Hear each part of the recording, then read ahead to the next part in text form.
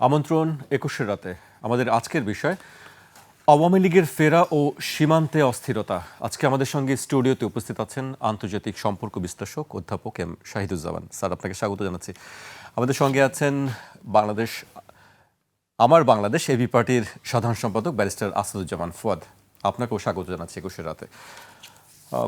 আমরা বেশ কয়েকটি বিষয় আজকে অন্ততপক্ষে দেখেছি। আমরা প্রধানমন্ত্রী উপদেষ্টার সংবাদ সম্মেলন দেখেছি, সেখানে তিনি বেশ কয়েকটি বিষয় নিয়ে কথা বলেছেন। এর মধ্যে আগামী স্থানীয় নির্বাচনে আওয়ামী লীগের নির্বাচন করতে পারবে কি পারবে না আওয়ামী লীগের নেতাকর্মীরা বিশেষ করে, তিনি বলেছেন যে শর্ত সাপেক্ষে তারা নির্বাচন করতে পারবে, সরকারের এর দিকে কোনো বাধা দেওয়ার কিছু নেই।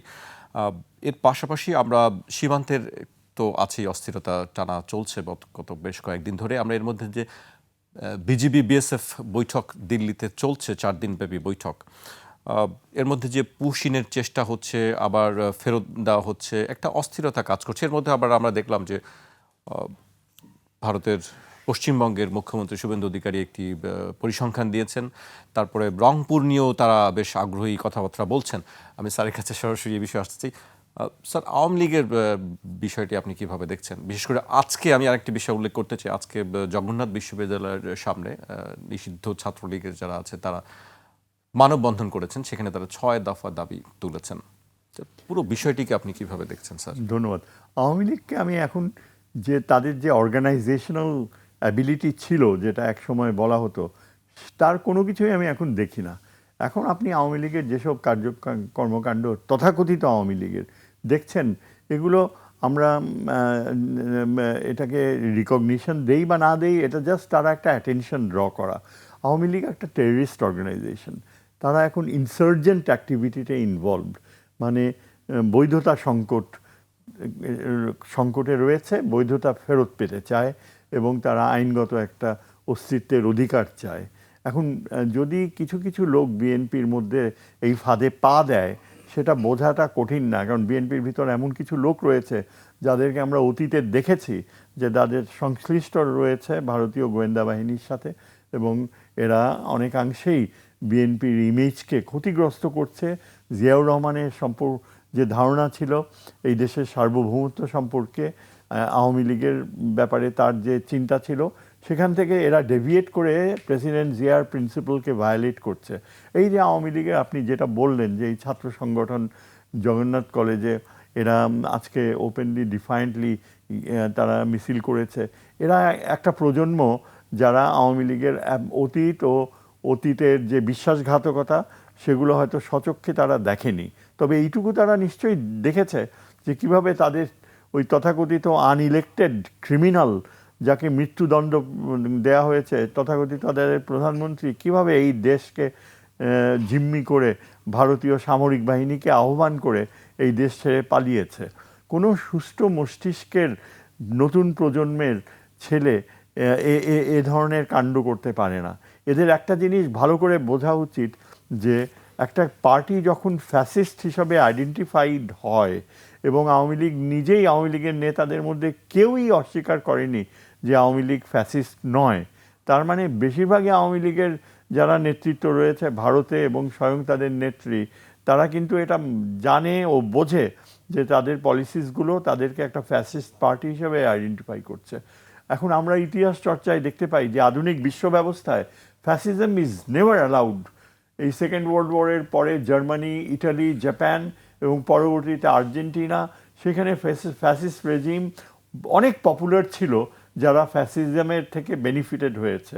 হিটলারের তো প্রচুর সমর্থক ছিল, মুসলিনির প্রচুর সমর্থক ছিল, তাই বলে কি ফ্যাসিজম বৈধতা পেয়েছে, বৈধতা স্বীকৃতি পেয়েছে?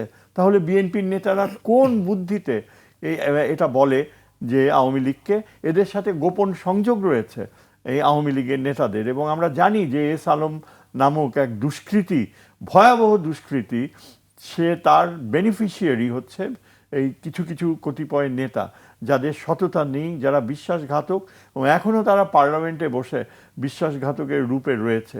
এদের কারণেই কিন্তু এই যে আওয়ামী লীগ প্রশ্রয় পায়, বৈধতা পায়। এবং আপনি যেটা বললেন যে আওয়ামী লীগেরকে এই আগামী জনপ্রতিনিধিশীল ইলেকশনে তাদের অংশগ্রহণ করার সুযোগ দেবে, অর্থাৎ ইচ্ছা করে দেশে একটা মারাত্মক সংঘাতের পরিস্থিতি সৃষ্টি করছে কিছু লোক। এবং এটা বলা বাহুল্য, আমার মনে হয় এই সময় এই ধরনের যে পরিস্থিতিগুলো তৈরি করা হচ্ছে, এখানে ভারত থেকে প্রচুর অর্থ আসছে এবং পুরা উদ্দেশ্যটাই হচ্ছে আমাদের যে খুবই প্রিয় যে প্রধানমন্ত্রী, যিনি এখন অনেকাংশেই জনগণের কাছে একটা গ্রহণযোগ্যতা ও সম্মান পেয়েছে, যার চিন্তাধারা আচরণ বলতে গেলে অনেক বিএনপির তথাকথিত নেতার থেকে একদম ভিন্ন, যিনি প্রমাণ করেছেন যে তিনি জনগণের কাতারে স্বাভাবিক একটা সিম্পল লাইফ করে জনগণের পাশে থাকতে চায়।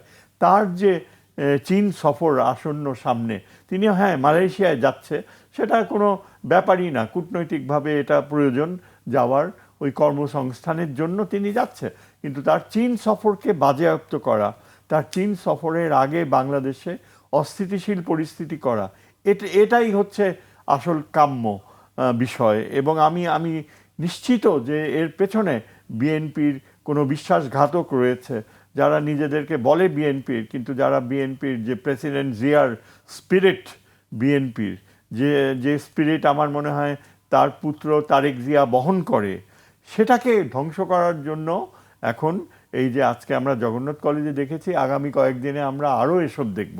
যাদের দায়িত্ব এগুলো নিয়ন্ত্রণে আনা, এগুলো থামানো, তারা কি তাদের কাজ করছে? সেটাই আমার প্রশ্ন। স্যার, আপনার কাছে আবার আসবো। আমি এই পর্যায়ে ব্যারিস্টার আসাদুজ্জামান ফুয়াদের কাছে আসতে চাই। আপনি এই বিষয়গুলো কিভাবে দেখছেন? এটা নিয়ে গত বেশ কয়েকদিন ধরেই আলোচনা চলছে, আসলে পুনর্বাসন করা হচ্ছে কি হচ্ছে না, কে তাদেরকে শেল্টার দিচ্ছে না, নানান প্রশ্ন। আপনার বক্তব্য কি আসলে? ধন্যবাদ। প্রথম কথা হচ্ছে যে রাজনৈতিকভাবে আওয়ামী লীগ ডেড, মানে এটা হচ্ছে বটম লাইন আর কি। এবং বারবার আমি এই কথাটা বলেছি যে এটা হচ্ছে যে একটা মানুষ যদি মারা যায়, অথবা যদি আপনি দেখেন যে একটা পশু কোরবানি করা হয়েছে, কোরবানি করার পরে দেখবেন ওর শরীরটা অনেকক্ষণ নড়ে, আওয়ামী লীগ হচ্ছে ওই রকম। মানে এত মানে শেখ হাসিনার ভয় নাই, রাজপথ ছাড়ি নাই, বলতে বলতে দেখলাম একটা লোক ধাওয়া দিল, সাথে সাথে 30 জন মিলে দৌড়াইতেছে, স্লোগান দিচ্ছে কিন্তু রাজপথ ছাড়ি নাই, শেখ হাসিনা আসবে, বাংলাদেশ হাসবে। অথচ তার হাসার জন্য যে মুখটা দরকার, সে মুখটা আবার মাস্ক দিয়ে ঢেকে রাখছেন। তাহলে আপনি হাসবেন কিভাবে? আপনার হাসার জন্য তো দাঁতগুলো, মুখগুলো তো খোলা রাখতে হবে। তো এই ধরনের হাস্যকর কাজগুলো করতেছে সিম্পলি পেমেন্ট। এবং আমরা জানি যে আপনার ইন্টারমিশন আমরা দেখেছি ছাত্র দলের ছেলে পেলেও আপনার পদস্থ নেতা টেতা ছিল মিরপুরে, ছাত্রলীগের মিছিল করতে গিয়ে ধরা খাইছে, পুলিশের কাছে বলছে যে টাকা দিছে 5,000 টাকা, সে 5,000 টাকার জন্য সে মিছিলটা করেছে। তো এই বিশাল বেকার যুবকদের রাষ্ট্রে আপনার কে কোন ব্যানারে কি দাবি করতেছে, তার থেকে বড় জিনিস হচ্ছে আপনি 10 মিনিটের জন্য, আধা ঘন্টার জন্য যদি মুখটা ঢেকে একটু স্লোগান দিলে 5,000 টাকা পান, তো অনেক টাকা, তো এটা তার মাসের, একটা ছাত্রের মাসের ইনকাম হয়ে যাচ্ছে আর কি। তো এগুলোকে আপনার মোটা দাগে রাজনীতি আকারে দেখবার সুযোগ নাই আর কি। এগুলো আমরা এর আগে দেখে অভ্যস্ত হয়ে গেছি। ফিরবে কিভাবে? আওয়ামী লীগ এর আগে কিভাবে ফিরেছে, শুধু হিস্টোরিক্যাল জায়গাটা দেখেন। 75 পরবর্তী জায়গাতে আওয়ামী লীগ কীভাবে ফিরেছে? ভারত চেয়েছে, শহীদ প্রেসিডেন্ট জিয়াউর রহমান চেয়েছেন সরকার যে হাসিনা ফিরবে, আওয়ামী লীগ নির্বাচন করবে, ইন্টারন্যাশনাল কমিউনিটি চেয়েছে। এই তিনটা ফোর্স যদি একত্রিতভাবে চায় তাহলে হাসিনা ফিরতে পারবে। দ্বিতীয়বার দেখেন হাসিনা কিভাবে ফিরেছে, 111-এর সময় ফিরেছে। ইন্টারন্যাশনাল কমিউনিটি, ওয়েস্টার্ন ওয়ার্ল্ড চেয়েছে হাসিনা ফিরুক, ভারত চেয়েছে ফিরুক, এবং আমাদের এখানকার এই যে সুশীল বুদ্ধিজীবী সম্পাদকরা যারা তখন 111 করে খুবই দাপটের সাথে বলেছিল এটা আমাদের সরকার, আমরাই এনেছি, তারা চেয়েছে হাসিনা ফিরুক। প্রণব মুখার্জির সাথে আমাদের 17 ঘোড়া বিশিষ্ট মইনি আহমদের বিখ্যাত মিটিং, এবং তার বইতে সেটা সে লিখেছে কিভাবে তার ফেরানোর ব্যবস্থা চলছে, শামীম ওসমান পা ধরে কান্নাকাটি করতেছে। তো এই প্রত্যেকটা এলিমেন্ট চেয়েছিল বলে হাসিনা আওয়ামী লীগ ফিরতে পেরেছে। প্রশ্ন হচ্ছে 24-এর পরে ইন্টারন্যাশনাল কমিউনিটি চায় কিনা আওয়ামী লীগ ফিরুক। আপনারা কদিন আগে দেখেছেন যে হাসিনার আইনজীবীর মাধ্যমে আমেরিকাতে জাতিসংঘের হেডকোয়ার্টারে তারা কিন্তু যে গণ অভ্যুত্থানের পরবর্তীতে যে জাতিসংঘ যে ফ্যাক্ট ফাইন্ডিং রিপোর্ট করলো, এই রিপোর্টে কতজন মারা গেছে এই সংখ্যাটা কন্ট্রাডিক্ট করে একটা চিঠি দিয়েছে। জাতিসংঘ কি উত্তর দিয়েছে? যে আমরা আমাদের রিপোর্ট স্ট্যান্ড বাই করতেছি, 1400 শহীদ হয়েছে, আমাদের কাছে এভিডেন্স আছে, এবং এইটার কোনো কিছু আমরা চেঞ্জ করব না, ইন লেটার্স অ্যান্ড স্পিরিট। তাহলে জাতিসংঘ থেকে শুরু করে আমেরিকার সাথে এখন ট্রেড এগ্রিমেন্ট আছে, কোনোভাবে কি চাইবে আমেরিকা এই ট্রেড এগ্রিমেন্ট থেকে বের হয়ে আসবে? ট্রাম্পের ভারত নিয়ে ন্যূনতম তার কোনো আগ্রহ নাই, যে পরিমাণ ট্যারিফ ইম্পোজ করে দিয়েছে। তো সেই জায়গাতে ইন্টারন্যাশনাল কমিউনিটি, ওয়েস্টার্ন ওয়ার্ল্ড কারোই এই গণহত্যার বিপক্ষে গিয়ে ভারতকে, হাসিনাকে সাপোর্ট দেওয়ার মতো ন্যূনতম লেভারেজ নাই। অথবা ইন্টারন্যাশনাল কমিউনিটি চাচ্ছে না হাসিনা ফিরুক, অথবা এটা নিয়ে তার কোনো মাথা ব্যথা নাই। জাতিসংঘ এমনটাও বলেছে, 2টা শর্তে তারা ইভেন বিচারের দায়িত্ব পর্যন্ত নেবার কথা বলেছে। মৃত্যুদণ্ড দেবেন না বলেছে 2টা, যেহেতু তারা ডেথ পেনাল্টিতে বিশ্বাস করে না, এবং তাদের এভিডেন্স তারা শেয়ার করবে আইসিটির সাথে, তারা বলেছে। সেকেন্ডলি দেখেন, ভারত চাইতে পারে যে হাসিনা ফিরুক, কিন্তু আসলে কি ভারত চায় কিনা হাসিনা ফিরুক? ভারত যদি জেনুইনলি চায় হাসিনা ফিরুক, তাহলে বাংলাদেশের সাথে তার যে রিকনসিলিয়েশনটা দরকার, এমন কোনো উদ্যোগ, আচার আচরণ সে করছে কিনা? সে প্রত্যেক দিন যা যা করছে, তাতে কি বাংলাদেশের মানুষ হাসিনাকে ফেরত পাবার জন্য উদ্গ্রীব হয়ে যাচ্ছে, না ভারতের ব্যাপারে তার ঘৃণা, বিদ্বেষ, হিংসা আরও বেড়ে যাচ্ছে? তাহলে যেই কারণে গণ অভ্যুত্থান হয়েছে 24-এ, ভারত তার আচরণ দিয়ে গত 2 বছরে প্রমাণ করেছে তার প্রত্যেকটা কারণ ন্যায্য। আমাদের তরুণরা যেই কথাগুলো বলেছে, যেই আচরণের সমালোচনা আমরা করেছি, ভারতের ইন্ডিয়ান ইন্টারফেয়ারেন্সের কথা বলেছি বারবার, অখণ্ড ভারতের নামে যে হিন্দুত্ব ফ্যাসিবাদ যেটা তারা শুরু করেছে সারা ভারতবর্ষে, গেরুয়া বাহিনীর রাজনীতি, সেটা আজকে শুভেন্দুরা প্রতিদিন প্রমাণ করছে সীমান্তে। তাহলে ভারত কি আসলে চাচ্ছে যে হাসিনা ফিরুক, আওয়ামী লীগ রাজনীতি ফিরুক? তার যদি ন্যূনতম ক্লাউন পলিটিক্সের, এই যে মাদকাসক্ত রাজনীতির জায়গা থেকে যদি সে দেখে, আসলে তার চাইবার কোনো ন্যায্য কারণ নাই, যৌক্তিক কারণ নাই। থার্ড হচ্ছে, বাংলাদেশ সরকার চায় কিনা? তারেক রহমান বিএনপিকে চায় হাসিনা ফিরে আসুক, আওয়ামী লীগ ফিরে আসুক? তাহলে সংসদে সব দল মিলে কেন কার্যক্রম নিষিদ্ধের জায়গায় তারা একমত হয়েছে, অর্ডিন্যান্সটা র্যাটিফাই করেছে? যে পরিমাণ ধরপাকড় হচ্ছে, যে পরিমাণ বিএনপির লোকজন আওয়ামী লীগদেরকে ধরায়া ব্যবসা বাণিজ্য করতেছে, নোয়াখালীতে বিএনপির লোকজন মারামারি করতেছে না? হবিগঞ্জে দেখলাম, সিলেটে দেখলাম, বিভিন্ন জায়গায় আওয়ামী লীগকে কনফ্রন্ট করতেছে কারা? রাস্তাঘাটে মেইনলি বিএনপির লোকজন করছে, মারামারি করছে, অফিস আদালত ভেঙে দিচ্ছে। বিএনপির রাজনীতি নির্মূল হয়ে যাবে বাংলাদেশে যদি সে ন্যূনতম কোনোভাবে এই ইমপ্রেশনটা দেয় যে সে আওয়ামী লীগকে, হাসিনাকে পুনর্বাসন করতে চাচ্ছে। আজকের মাননীয় উপদেষ্টা আমাদের বন্ধুপ্রতিম জাহিদ ভাই যেটা করেছেন, এটা দিয়ে তিনি বিএনপির আসলে 14 গোষ্ঠী উদ্ধার করে দিচ্ছেন, কিন্তু তিনি বিএনপির 12টা বাজানোর রাজনীতি করছেন। বাংলাদেশের মানুষের কাছে simply Awami League is a not a starter. এই বাস্তবতাটা যদি বিএনপি স্বীকার না করে, তার রাজনীতি আগামী দিনে নাই হয়ে যাবে বাংলাদেশ থেকে। অতএব কোনো উপকরণ বলছে না আওয়ামী লীগ ফেরবার জন্য যেই শর্তগুলো পূরণ করা দরকার, ক্ষমা চাওয়া থেকে শুরু করে জাতির কাছে ক্ষমা চাওয়া, রিগ্রেট করা। আওয়ামী লীগের কোনো নেতা কর্মী, ইভেন গ্রাম পর্যায়ের ধরেন ছাগল চুরি বিষয়ক যে সম্পাদক আছে, ওদের বিভিন্ন কমিটিতে চাঁদাবাজ বিষয়ক যারা সম্পাদক আছে, কোনো কমিটির আওয়ামী লীগের কোনো সম্পাদক, কোনো ব্যক্তি ন্যূনতম ক্ষমা চাইছে জাতির কাছে, রিগ্রেট করেছে? যাদেরকে আমরা জানাজার নামাজ পড়তে দিলাম তোফাল আহমেদ মারা যাওয়ার পরে, দেখেছেন? আসছে একটা ধর্মীয় কাজ করতে, আইসা ওখানে জয় বাংলা স্লোগান দিচ্ছে, তার ন্যূনতম কোনো রিগ্রেট নাই। তো যার অনুশোচনা নাই, যার বিচার হয় নাই, যার রাজনৈতিক সমঝোতার প্রশ্নে রাজনৈতিক দলগুলো এবং সিভিল সোসাইটি একমত হয় নাই, তার ফেরার কোনো শর্ত এখানে হাজির নাই। সিম্পলি ইম্পসিবল একটা রিয়ালিটি। যেটা করছে, স্যার কারেক্টলি বলেছেন, টার্কিশ ফরেন মিনিস্টার আসছে কদিন আগে, দেখেছেন আমাদের এখানে ডিফেন্স এবং মিলিটারি এস্টাবলিশমেন্ট, তারপরে ইন্ডাস্ট্রি ডেভেলপ করবার ব্যাপারে তারা সাহায্য করবে, আমাদের রাডার সিস্টেমের ব্যাপারে, ড্রোন ফ্যাক্টরি করবার ব্যাপারে ইতিমধ্যে কোঅপারেশন হচ্ছে। পাকিস্তানের অফিসিয়ালরা ইতিমধ্যে আসা যাওয়া করছে, আপনারা দেখছেন। ইন্টারিমের থেকেই ইতিমধ্যে চায়না এবং পাকিস্তানের যে JF-17 যে ফাইটার প্লেন যেটা করেছে, তারা ইতিমধ্যে সেটা বাংলাদেশকে অফার করেছে, এবং স্যার কারেক্টলি বলতে পারবেন হয়তো ফ্রিতেও তারা দিবেন as a gesture of friendship. তারা 10-15টা 20টা একটা স্কোয়াড্রন সম্ভবত, আমি 15-20টা থাকে তার ভিতরে, পুরো একটা স্কোয়াড্রন বাংলাদেশকে অফার করা হয়েছে। অতএব সেই রকম একটা রিলেশনশিপ যেহেতু গ্রো করছে।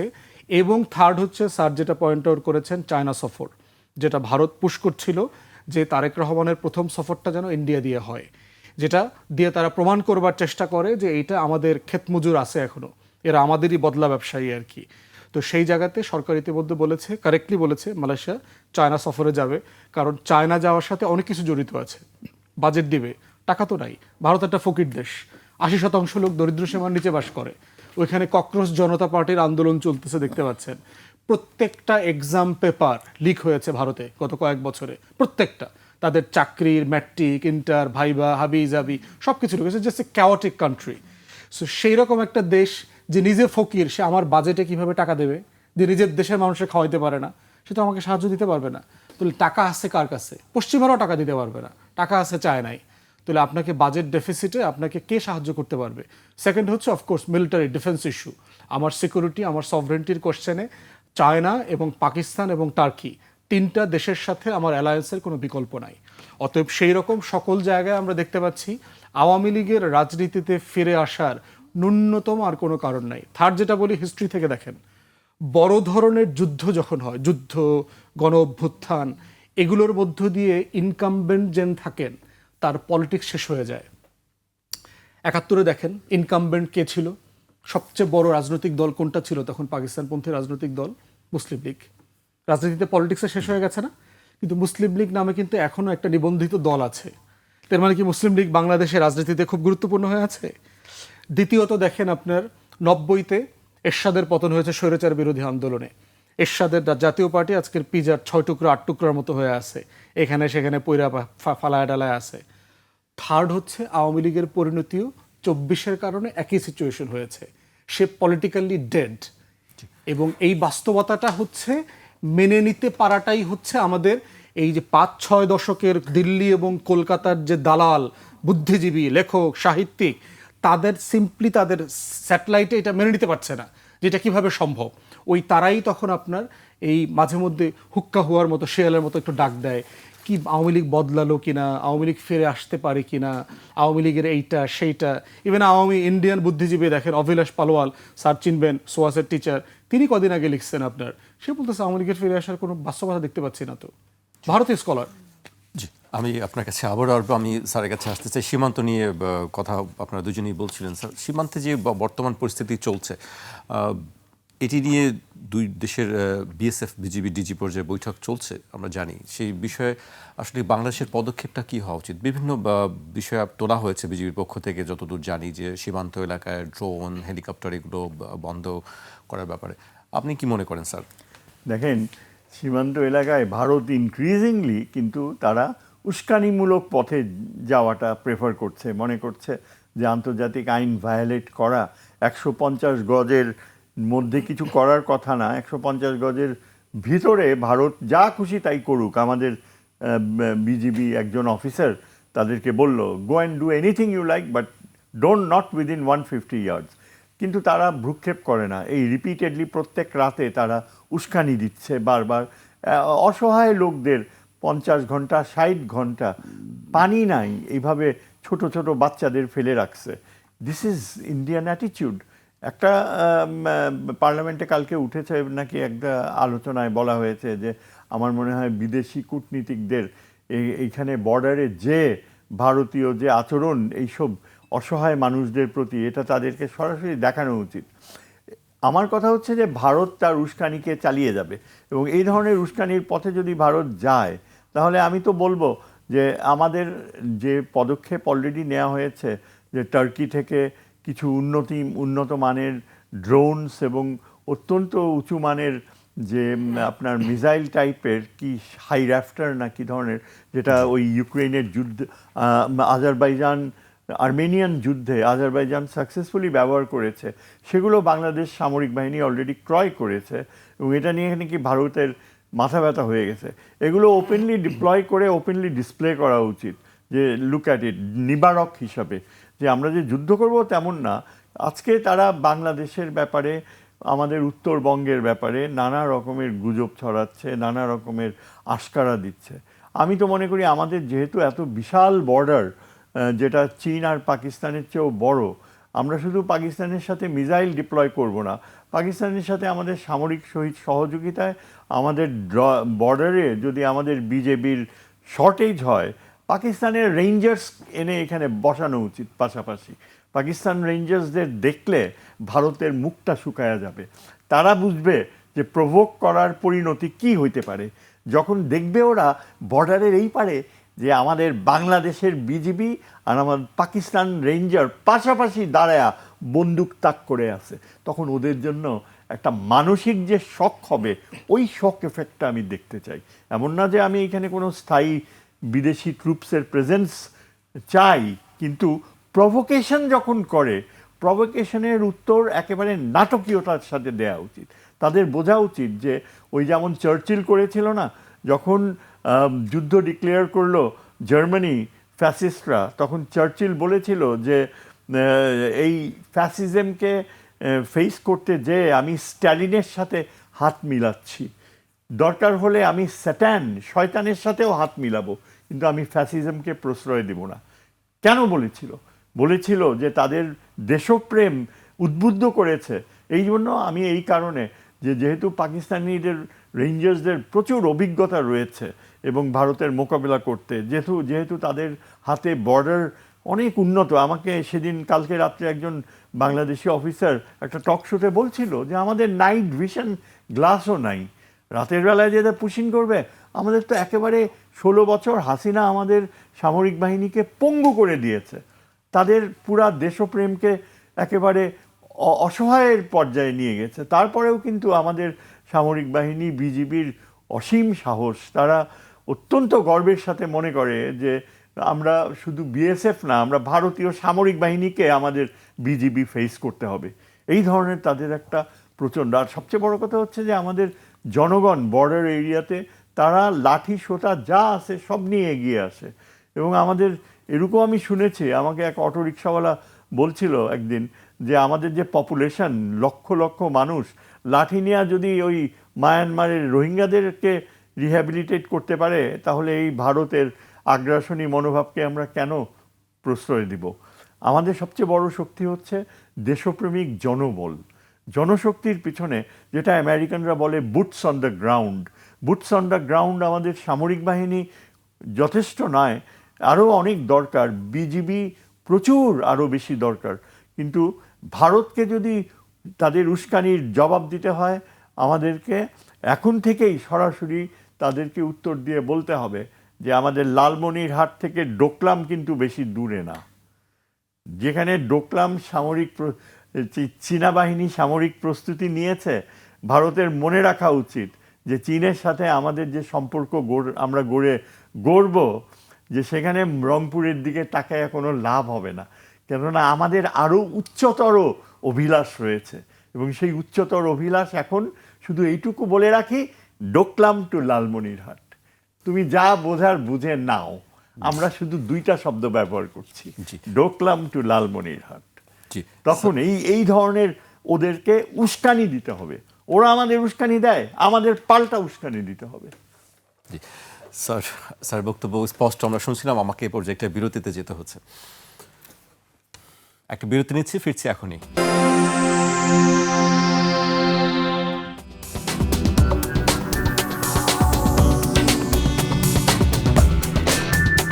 বিরতির পর আবার স্বাগত। আপনারা দেখছেন 21 রাত। আমাদের সঙ্গে আছেন আন্তর্জাতিক সম্পর্ক বিশ্লেষক অধ্যাপক এম শাহিদুজ্জামান এবং এবি পার্টির সাধারণ সম্পাদক ব্যারিস্টার আসাদুজ্জামান ফুয়াদ। আমি এ পর্যায়ে ফুয়াদ ভাইকে দিয়ে শুরু করতে চাই। স্যারের কথা আমরা শুনছিলাম, বেশ কয়েকবারই তিনি উত্তরাঞ্চলের কথা বলছিলেন, রংপুর, লালমনিরহাটের কথা বলছিলেন। আমরা সম্প্রতি সোশ্যাল মিডিয়াতে আমরা ভারতের দিক থেকে বিভিন্ন কথাবার্তা শুনছি, আপনিও নিশ্চয়ই দেখেছেন। এই বিষয়গুলো কি আসলে, কেন একটু যদি বলতেন। একটা বিষয় দেখেন যে 75-এর পরেও কিন্তু এই ধরনের ঘটনা ভারত ঘটিয়েছে।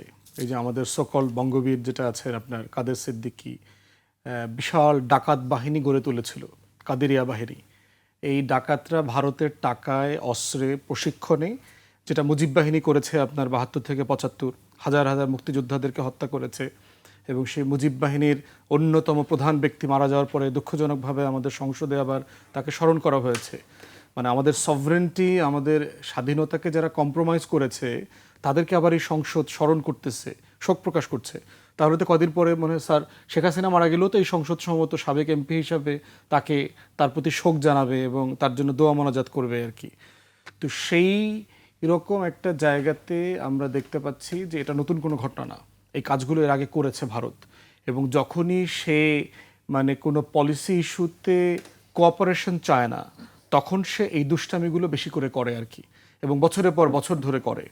এবং এটার জন্য যেটা করেছিল দেখবেন যে শহীদ প্রেসিডেন্টকে তখন কিন্তু একটা ম্যাসিভ আপনার জয়েন্ট ড্রিলের অ্যারেঞ্জ করেছিল সম্ভবত অপারেশন আয়রন শিল্ড, যদি আমি ভুল না করে থাকি, এবং যেটা দিয়ে আমাদের সভরেন্টি কীভাবে টেক কেয়ার করা যাবে, আমাদের স্বাধীনতা, আমাদের সীমান্ত প্রত্যেকটা জায়গাতে।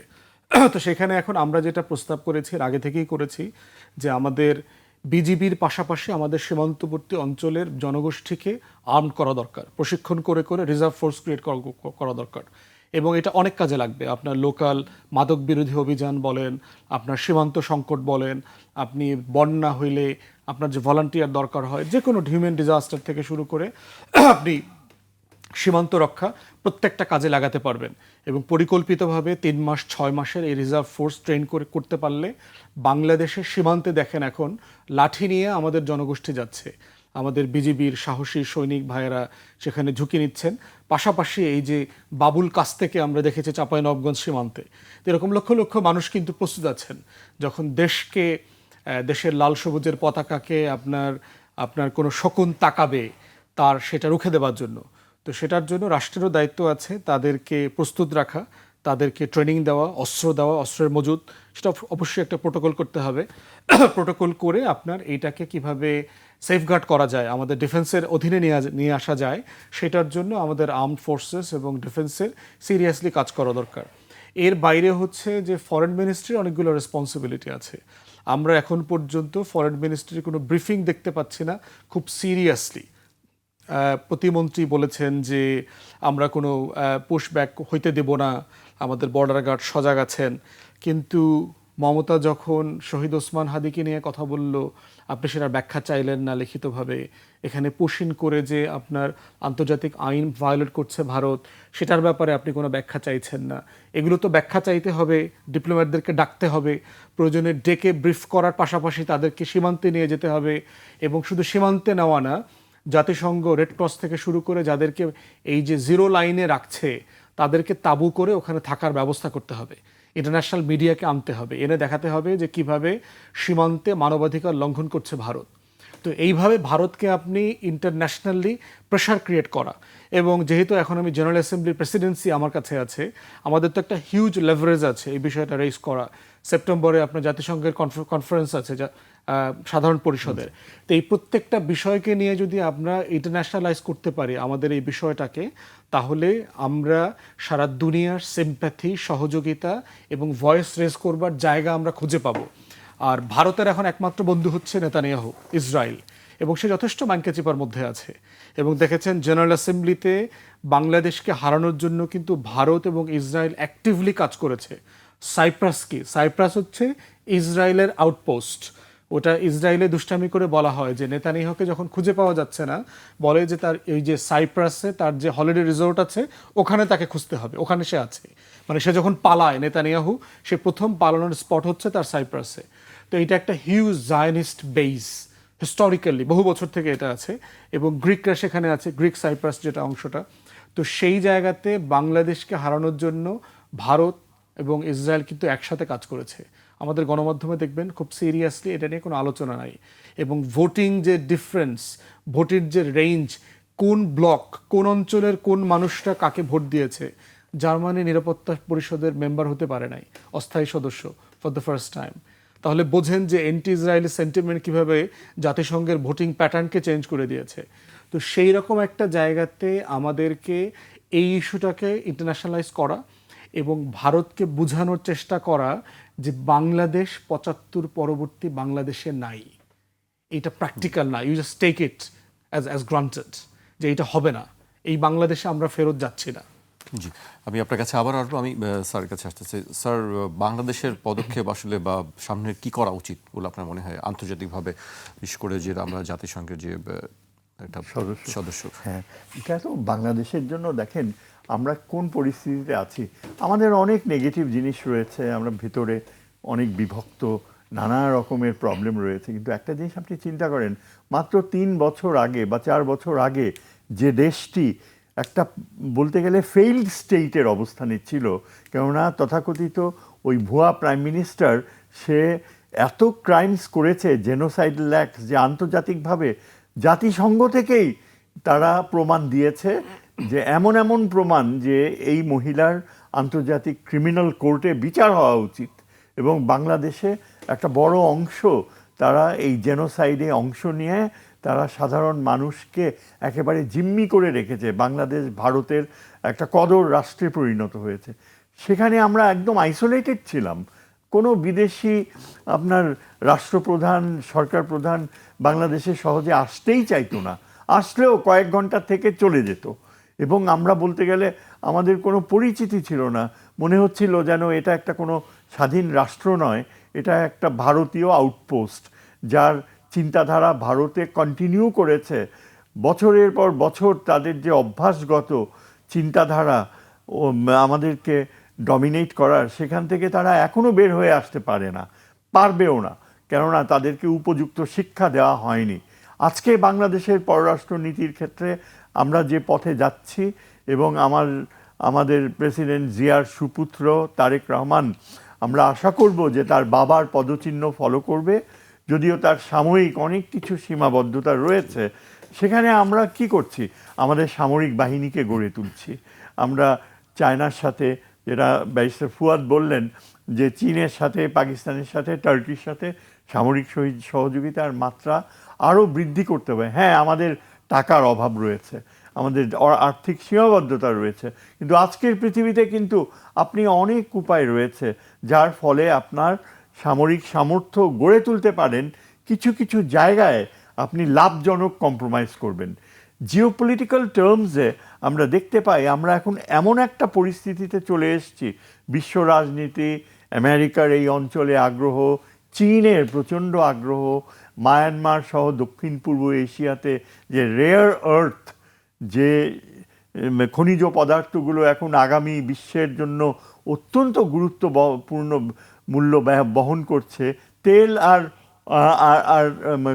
কয়লার চেয়েও বেশি, যেটা দিয়ে টাইটানিয়াম, যেমন আপনি ব্যাটারিজ তৈরি করতে পারবেন, যে batteries will B A substitute for other power sources, spaceship তৈরি করার জন্য দরকার, আরও অনেক ভবিষ্যৎধর্মী চিন্তার জন্য এই অঞ্চলটা এখন সবচেয়ে গুরুত্বপূর্ণ হয়ে গিয়েছে সাউথ ইস্ট এশিয়া। এই কারণে বাংলাদেশ এখন চীনের জন্য অত্যন্ত আকর্ষণীয়, মার্কিন যুক্তরাষ্ট্রের জন্য অত্যন্ত আকর্ষণীয়। আমাদের বঙ্গোপসাগরে আমরা যেই অংশটায় রয়েছি, সেটা একটা অ্যাক্সেস দিতে পারে চীনকে। চীন যদি, ওই যে আমি যেটা বললাম, Doklam Lalmonirhat strategic policy for the future, সেটা যদি বাস্তবায়ন করতে পারে, চীন সরাসরি আমাদের ভেতর দিয়ে বঙ্গোপসাগরে প্রবেশ করতে পারবে নদীপথে। কারণ মায়ানমার খুব আনসার্টেন হয়ে গিয়েছে। মায়ানমারে আপনি জানেন না যে মায়ানমারের যে সেনাবাহিনী আবার তারা নতুন করে উদ্দীপ্ত হয়েছে, আরাকান আর্মি এখন অন দ্য ব্যাক ফুট, আর ওই ওয়ারফেয়ারের মধ্যে এত বেশি বিদেশি আগ্রহ যে চীনের জন্য মায়ানমারের পথ অনিশ্চিত। সেই জন্য বাংলাদেশ তাদের দরকার। এবং আমরা কেন ভারতকে প্রশ্রয় দিব? ভারত যখন কথা বলে যে তারা ক্রয় করবে, তার পাল্টা উত্তর দেওয়া উচিত যে আমরা ভারত থেকে মুর্শিদাবাদ ক্রয় করে নিতে চাই। আমরা মনে করি যে ভারত এই দক্ষিণ, তার উত্তর পূর্বে তার যে অভিলাষ আমাদের অঞ্চল চায় তারা কিনে নিতে, তাদের পাল্টা জবাব দেওয়া উচিত যে আপনারা ভুলে যান, এই উত্তর পূর্ব ভারত আপনাদের সাথে থাকতে চায় না, এটা আপনারা জানেন। আপনারা সবচেয়ে বেশি সামরিক বাহিনী সেখানে ডিপ্লয় করে, আজ পর্যন্ত আপনারা সেখানে ফ্রি অ্যান্ড ফেয়ার ইলেকশন করতে পারবেন না, পারেন নাই উইদাউট ইয়োর মিলিটারি প্রেজেন্স। তা সত্ত্বেও এখন মণিপুর, মিজোরাম, নাগাল্যান্ড এগুলো বিচ্ছিন্নতাবাদীর নতুন পথে যাচ্ছে। খুব শিগগিরই হয়তো চীনের সামরিক শক্তির সাথে তাদের যোগাযোগ হয়ে যাবে। অরুণাচল প্রদেশের পশ্চিমাংশ চীন কখনো ছাড়বে না, ডোকলাম থেকে চীন সরবে না। অনিবার্য ভারতের সাথে চীনের সংঘাত, এবং ভারতকে জানিয়ে দেওয়া উচিত যে সর্বোচ্চ পর্যায়ে আমরা চীনের সাথেই থাকব। আমরা উত্তর পূর্ব ভারতের মানুষের স্বাধীনতা সংগ্রামকে শ্রদ্ধা করি, আমরা আমাদের মতো তারাও স্বাধীন হতে চায়। এবং আমরা জিয়াউর রহমানের সময় আমরা দেখেছি যে উত্তর পূর্ব ভারতের ব্যাপারে এই বিএনপি গভর্নমেন্ট প্রচুর সিম্প্যাথেটিক ছিল। বিএনপির কতগুলা বেইমান এই পথ থেকে সরে যেয়ে এখন তারা বিশ্বাসঘাতকতা করছে উত্তর পূর্ব ভারতের মানুষের সাথে। তারা আমাদের ভাই, তারা ওই 1940 সালে আমাদের একত্রে হওয়ার কথা ছিল লাহোর প্রস্তাব অনুযায়ী। ঐতিহাসিকভাবে চিন্তা করলে আমাদের এখনও লেবেনসরম শুধু না, এটা ইরিডেন্টিস্ট ক্লেইমস আমরা বলি, ইরিডেন্টিস্ট ক্লেইমস আন্তর্জাতিক, যে আমরা হারানো অঞ্চল। এটা তো একটা প্রদেশ ছিল, আমরা উত্তর পূর্ব ভারত আর বলতে যেটা বোঝায় আর বাংলাদেশ মিলে সেটা ওই 1905 সালে আলাদা প্রদেশ করা হয়েছিল। সেটা তো তেমনভাবে থাকতে পারতো, নওয়াব সেলিমুল্লাহ চেয়েছিল যে সেভাবেই থাক। আজকে যদি তাই হতো তাহলে পুরা উত্তর পূর্ব ভারত জুড়ে বাংলাদেশের মুসলমান পপুলেশন থাকতো, এবং সেটা হতে পারে ভবিষ্যতে, হবে না কেন? হওয়ার মতো আমাদের সামরিক সামর্থ্য গড়ে তুলতে হবে।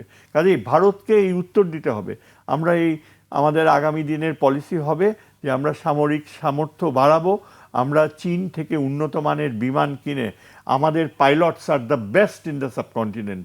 পাকিস্তান এয়ারফোর্সের মেরুদণ্ড ছিল এই বাংলাদেশের মুসলমান পাইলটরা। হ্যাঁ, অনেকের নাম বলা যায় যারা এখনও পাকিস্তান শ্রদ্ধার চোখে দেখে আমাদের বিমান বাহিনীর পাইলটদের। আমাদের সামরিক বাহিনীর এরা যদি সত্যিকার অর্থে অস্ত্র পায়, আমরা ওই ভারতের উত্তর পূর্ব ভারতের সাথে মোকাবেলা করতে কি চায়, ভারত আলটিমেটলি কি পারবে আমাদের সাথে মোকাবেলা করে যদি আমরা আন্তর্জাতিক সমর্থন পাই? এই সম্ভাবনাগুলো আমাদের সামনে এখন রয়েছে। স্যার, এবার একটু অন্যদিকে দৃষ্টি দিতে চাই। নেতানিয়াহুর বিষয়টি তুলছিলেন ব্যারিস্টার আসাদুজ্জামান ফুয়াদ। নেতানিয়াহুকে ট্রাম্প বলেছেন যে ইরানের সঙ্গে আবার যুদ্ধ জড়ালে তোমাকে একাই লড়তে হবে, আমরা নেই। ট্রাম্প বলেছেন, আমি বলেছি বিবি সাবধান হওয়া ভালো, অন্যথায় খুব শিগগিরই তুমি একা হয়ে পড়বে। হঠাৎ করে কয়েকদিন ধরে দেখছি আমরা নেতানিয়াহুকে ছেড়ে দিতে চাচ্ছেন ডোনাল্ড ট্রাম্প। এর কারণ কি স্যার? এর কারণ ট্রাম্প নিজেই কিন্তু কংগ্রেসে প্রচণ্ড মানে একটা অস্তিত্বজনিত সংকট ফেস করছে। কংগ্রেসের রিপাবলিকান পার্টিও তার পিছনে নেই এই যুদ্ধের ব্যাপারে। কংগ্রেসে ডেমোক্রেটরা তো নাই, রিপাবলিকান পার্টিও বেঁকে বসছে, এবং তার যে বিশাল বাজেট প্রেজেন্ট করেছিল রিপাবলিকান পার্টি সেটা অ্যাপ্রুভ করেনি এই যুদ্ধের ফিনান্সিংয়ের জন্য। কাজে আপনি দেখেন ট্রাম্প কিন্তু এখন অনেক চুপ হয়ে গিয়েছে, এবং তার সমস্ত রাগ যে পড়েছে এই নেতানিয়াহুর উপর। সে এটা স্বীকার করুক আর নাই করুক, ইরানকে এখন প্রেসিডেন্ট ট্রাম্প কিন্তু শ্রদ্ধা করে, এতে কোনো সন্দেহ নাই। এবং কারণ তার কথাবার্তাই বোঝা যায় যে ভবিষ্যতে ইরান আমাদেরকে যদি ওইটা ফেরত দিয়ে দেয়, আমি ইরানের সাথে সম্পর্ক করব, নিউক্লিয়ার ওয়েপন বানাবে না। কিন্তু কই, এখনও তো ইরান ফেরত দেওয়ার কথা মোটেও প্রশ্রয় দেয়নি। ইরানের নেতৃত্ব এখন তারা সার্থকভাবে চলছে, আর ইসরায়েল এখন অ্যাবসলিউটলি মানে নেগেটিভ। তাদের যা শোনা যাচ্ছিল যে ইসরায়েলের সাথে নাকি টার্কির যুদ্ধে লিপ্ত হওয়ার সম্ভাবনা। টার্কি যদি একবার লিপ্ত হয় তাহলে ইসরায়েল আর অস্তিত্ব থাকবে না। কারণ টার্কি কি জিনিস, ইরান কিছুটা আইসোলেটেড ছিল, টার্কি আইসোলেটেড না। Turkey is a NATO member, এবং ইভেন কি নিউক্লিয়ার ওয়েপন্স স্টোর করা রয়েছে টার্কিতে, এবং টার্কি ডিফাই করে। নেটো তাকে যেভাবে চলতে বলে ইসরায়েলের পক্ষে, টার্কি পাত্তাও দেয় না। টার্কি অত্যন্ত স্বাধীনতা প্রিয় দেশ। তার ইসরায়েল যদি এখন নেতানিয়াহু যদি টার্কিকে এখন খোঁচায়, that will be the end of Israel আমি মনে করি, ইরান আর ইরাক মিলে। সুতরাং নেতানিয়াহু এখন অত্যন্ত একটা ডিফেন্সিভ সিচুয়েশনে রয়েছে, এবং ট্রাম্প এটা বোঝে। জি, আমি ব্যারিস্টার আসাদুজ্জামান ফুয়াদের কাছে আসতে চাই। নেতানিয়াহুর কি অবস্থা, বা ইসরায়েলের কথা যদি বলি, ইউএস যদি ইসরায়েলের পাশে না থাকে সেক্ষেত্রে ইসরায়েল একা কতটুকু আসলে করবে? আমরা দেখেছি যে লেবাননে সে চালিয়েই যাচ্ছে হামলা। দেখেন, আসলে দুইজন একসাথে ডুববে আর কি। কারণ হচ্ছে যে জায়নিস্ট লবি এত পাওয়ারফুল আমেরিকাতে যে ট্রাম্প এখন একটা মানে মানে একটা ওই যে ফাইসা গেছে আর কি, এরকম একটা সিচুয়েশনের মধ্যে আছে আর কি। যে সে কি এখন ওয়াইডার পাবলিক ওপিনিয়নকে দেখবে, কংগ্রেসে তার পলিটিক্যাল সিচুয়েশন কি সেটা দেখবে, না জায়নিস্ট লবির প্রেশার সে মোকাবেলা করবে? সব কিছু মিলিয়ে সে আসলে নিজেও সিদ্ধান্ত নিতে পারছে না। আর লোকটাও তো সুস্থ না, ব্যক্তি নিজেও তো সুস্থ না। তার আচার আচরণ সব কিছুর ভিতরে তো একটা প্রচণ্ড রকমের মানসিক বিকৃতি আছে। তো সেই জায়গায়, এবং আমেরিকান এস্টাবলিশমেন্টও খুবই লজ্জিত, বিব্রতকর অবস্থায় আছে। আমেরিকান ডিপ্লোম্যাটরা আমাদেরকে বলেছে যে তারা খুবই বিব্রতকর অবস্থায়, তারা কোনো পলিসি কনসিস্টেন্সি ধরে রাখতে পারছে না। 24 ঘন্টার মধ্যে প্রেসিডেন্ট সবকিছু ওলটপালট করে দিচ্ছে, চেঞ্জ করে ফেলতেছে, কথা দিয়ে কথা রাখতে পারছে না। তো সবকিছু মিলিয়ে আমার মনে হয় যে নেতানিয়াহু তার জায়নিস্ট লবিকে যতটা পাওয়ারফুলি ব্যবহার করেছে এতদিন ধরে, এইটা এখন আসলে করতে পারছে না। নভেম্বরে মিড টার্ম ইলেকশন আছে, সো ইলেকশনে হেরে গেলে আপনার কংগ্রেসে আরও জবাবদিহিতা বাড়বে, ইমপিচমেন্ট পর্যন্ত চলে যেতে পারে প্রেসিডেন্টকে জবাবদিহিতার, মানে যদি মেজরিটি সে হারায় বোথ হাউসে। তো সেখানে আমার মনে হয় যে ট্রাম্প যথেষ্ট বিব্রতকর অবস্থায় আছে। অর্থনীতি খুব টানাপোড়েনের মধ্যে আছে, জ্বালানির দাম বেড়ে যাওয়ার কারণে ইনফ্লেশন বেড়ে যাচ্ছে, আনএমপ্লয়মেন্ট বেড়ে যাচ্ছে, সব কিছু মিলে একটা অস্থিরতা কাজ করতেছে। এবং আমেরিকার ট্রেড তো ইন্টারন্যাশনালি কানেক্টেড।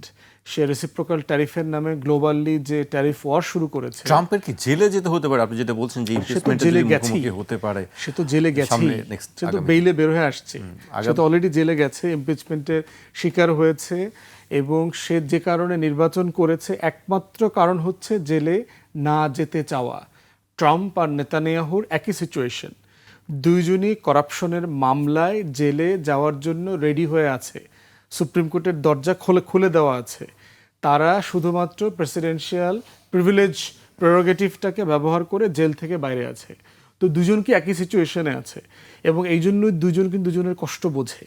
দুই পাগলের কষ্ট বোঝে। ওই যে দুই ফকিরের গল্প বললো না এমপি সাহেব, যে হার্ডিন্স ব্রিঞ্জ দেখতে গিয়ে জিজ্ঞেস করতেছে এখানে কত মন লাগছে, লোহা লাগছে। তো বলে যে 100 মন লাগছে টাকছে। তো আরেকজন জিজ্ঞেস করতেছে এই লোহা লাগাইতে কত টাকা লাগছে। বলে তাও তো 100 টাকা তো অবশ্যই লাগছে নিশ্চয়ই, নইলে তো এত বড় একটা ব্রিজ করতে পারার কথা না আর কি। তো এখন এই দুই পাগল কিন্তু পাগলের কথা বোঝে আর কি, এবং দুজনকে এই জন্য সাপোর্ট করতেছে, হেল্প করতেছে। এবং জায়নিস্ট লবি তাকে কি পরিমাণ বিব্রতকর অবস্থায় ফেলতে পারে এটার কনসিকুয়েন্স সে বোঝে। কারণ ক্লিনটনকে এই বিব্রতকর অবস্থায় জায়নিস্ট লবি ফেলেছিল কথা না শুনবার জন্য। তো সেই জায়গায় আমার মনে হয় যে মানে পশ্চিমের কোনো দেশই এখন খুবই কমফোর্টেবল সিচুয়েশনে নাই। এখন একমাত্র কমফোর্টেবল সিচুয়েশনে আছে আসলে হচ্ছে তেহরান, খুবই রিল্যাক্স মুডে আছে। এবং রাশিয়া, চায়না সবাই দেখতেছে যে আমেরিকাকে নিয়ে যে কিভাবে লুডো খেলতেছে, তাকে ব্যাকফুটে, রাইটে, লেফটে তাকে নিয়ে হাসাহাসি চলতেছে। তো সব কিছু মিলে মনে হচ্ছে যে মানে আগামী দিনের গ্লোবাল জিওপলিটিক্সে একটা বড় ধরনের শিফট হয়ে গেল। এবং এই শিফট হওয়ার পিছন থেকে নতুন শক্তির আবির্ভাব যেমন হয়েছে, পুরাতন শক্তি গ্র্যাজুয়াল ডিক্লাইন যেমন হবে। এবং এই শক্তির মানে উত্থান পতনের মধ্য দিয়ে যেটা হবে, সীমান্ত বদলে যাবে। পৃথিবীর ইতিহাস হচ্ছে, স্যার তো এক্সপার্ট এসব ব্যাপারে, 100 বছরের বেশি সীমান্ত আসলে থাকে না অধিকাংশ রাষ্ট্রের। আপনি দেখবেন যে আমাদেরই তো এই রাষ্ট্রগুলো ছিল না তো 100 বছর আগে, আমরা কেউ ছিলাম না, দক্ষিণ এশিয়ার যত রাষ্ট্র আছে। এবং এখন কি ভারতে যে রাজনীতি চলছে, আপনি দেখেন যে তৃণমূলের এমপি খায় ফেলতেছে বিভিন্ন দলের। আপনার দল ভাগায়া এমপিদেরকে আইনা টাইনা, টোটাল বিজেপি কিন্তু একটা পলিটিক্যাল কেওয়াস লাগায় ফেলছে রাষ্ট্রের ভিতরে। আপনি দল ভেঙে ফেলা মানে কি? আপনি রাষ্ট্রের রাজনীতি নষ্ট করে ফেলছেন, রাষ্ট্রের স্থায়িত্ব নষ্ট করে ফেলছেন। এর মধ্য দিয়ে কিন্তু এই যে ককরোচ জনতা পার্টির যে আপনার এটা একটা সিম্বলিক ইমপ্লোশন হয়েছে, এই ইমপ্লোশনটা কিন্তু পলিটিক্যাল পার্টিগুলোর মধ্যেও চলছে।